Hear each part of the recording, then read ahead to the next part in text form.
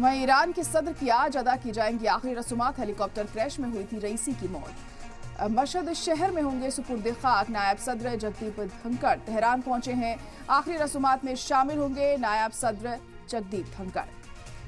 तो आपको बता दें कि आज ईरान के सदर की आखिरी रसूमात अदा की जाएगी। हेलीकॉप्टर क्रैश में उनकी मौत हो गई थी। मशहद शहर में सुपुर्द खाक उन्हें किया जाएगा। नायब सदर जगदीप धनखड़ तेहरान पहुंचे हैं उनके आखिरी रसूमात में शामिल होने के लिए।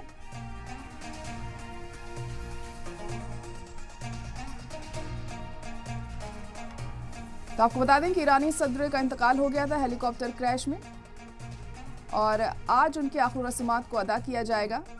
तो इब्राहिम रईसी की आज आखिरी रसूमात को अदा किया जाएगा और उसको लेकर खास तैयारियां भी की गई हैं। हेलीकॉप्टर क्रैश में उनकी मौत हुई थी। मशहद शहर में होंगे वो सुपुर्द खाक और इसमें शामिल होने के लिए नायब सदर जगदीप धनखड़ भी तेहरान पहुंचे हैं। आखिरी रसूमात में शामिल होंगे नायब सदर जगदीप धनखड़। पूरे ईरान में खासा गमगीन माहौल देखने को मिल रहा है जब से ये खबर मिली है कि उनके सदर अब इस दुनिया में नहीं रहे हैं और आज उनकी आखिरी रसूमात को अदा किया जाएगा।